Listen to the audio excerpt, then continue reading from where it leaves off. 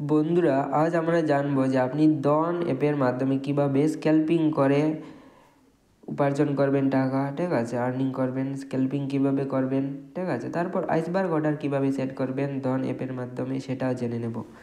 তো সবার প্রথমে বন্ধুরা স্ক্যাল্পার অন চার্টসের মধ্যে ক্লিক করে দিতে হবে, ঠিক আছে। যেমন এখানে ইনস্ট্যান্ট ট্রেডিং অন স্ক্যাল্পার, ঠিক আছে, একটা অপশন চলে এসেছে, তো এখানে আমরা ক্লিক করে দেব। তো সবার প্রথমে আমাদের অপশন ট্রেডার বাই ডন অ্যাপের মধ্যে লগ ইন করে নিতে হবে। যেমন আমরা এখানে লগ ইন করেই নিয়েছি। তো দেখো এখানে বাই ডিফল্ট ফিন নিফটি চলে এসেছে, ঠিক আছে। এখানে টাইম ফ্রেম আপনি চেঞ্জ করতে পারেন, ঠিক আছে। এখানে 5 সেকেন্ডের টাইম ফ্রেম আছে, 15 সেকেন্ডেও কনভার্ট করতে পারি আমরা। তারপর এখানে 30 সেকেন্ডেরও টাইম ফ্রেম চেঞ্জ করতে পারি, ঠিক আছে। তারপর হলো এখানে ফিন নিফটির একটা অপশন, ঠিক আছে। এটাতে আমরা কি করতে পারি, যেমন গোল্ড সিলেক্ট করতে পারি, তারপর এখানে ন্যাচারাল গ্যাস, ঠিক আছে। তারপর এখানে আমরা ক্রুড অয়েল সিলেক্ট করতে পারি। এটা টোটালি ডিপেন্ড করে আমাদের উপর বন্ধুরা, ঠিক আছে। আশা করি বুঝতেই পারলে। তারপর হলো এখানে দেখো আপ, ঠিক আছে। যদি আমাদের লাগে যে হ্যাঁ যে এটা আপ যাবে তাহলে এটা সিলেক্ট করতে পারি।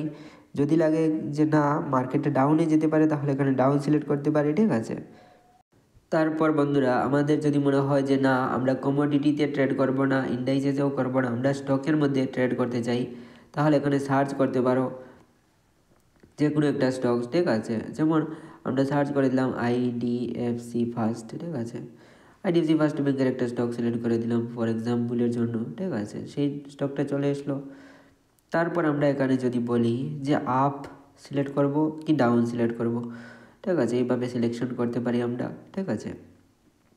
আশা করি বুঝতে পারলে যে কীভাবে আমরা স্ক্যাল্পিং করতে পারবো ডনের মাধ্যমে, ঠিক আছে।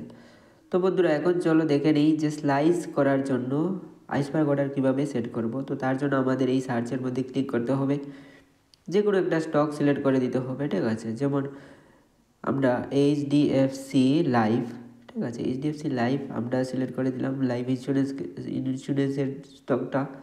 তারপর এখানে বাইয়ের অপশনটা চলে আসে, ঠিক আছে। তো এটাতে ক্লিক করে দিলাম। তারপর দেখো বন্ধুরা আইসবার্গ অর্ডার এখানে দেখাচ্ছে না। তো আইসবার্গ অর্ডার দেখানোর জন্য আমাদের কি করতে হবে, একটা রুল আছে যে মিনিমাম আমাদের ইনভেস্টমেন্টের ভ্যালু 25,000 টাকার উপরে হতে হবে। তারপর আমাদের যে এই কোয়ান্টিটিটা আছে কোয়ান্টিটিটাও 100-র উপরে হতে হবে। তো আমরা চলো এখানে কোয়ান্টিটি 100-র উপরে দিয়ে দিই। তো 100টা শেয়ার যদি আমরা কিনি 65,000 টাকা হয়, তার মানে এই যে 25,000 টাকার থেকে ভ্যালু বেশি আছে। তো দেখো এখানে নিচে চলেই এসেছে স্লাইস এজ আইসবার্গ। তো এখানে আমরা মোরের মধ্যে ক্লিক করে এখানে এটা অন করে দিতে পারি।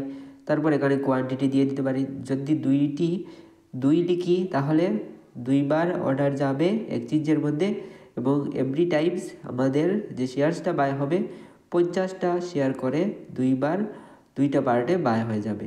আইসবার্গ অর্ডার তখনই ব্যবহার করা হয় যখন বড় লটের কিংবা বড় কোয়ান্টিটির বাই হচ্ছে এবং মার্কেটে এমন বড় ইম্প্যাক্ট যেন না পড়ে তার জন্য এই অর্ডারটা লাগানো হয়, ঠিক আছে।